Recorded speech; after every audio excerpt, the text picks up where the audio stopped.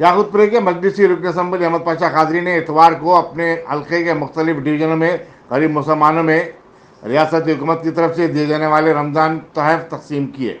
उन्होंने बताया कि हुकूमत हर डिवीज़न में 500 पैकेट्स फराहम कर रही है।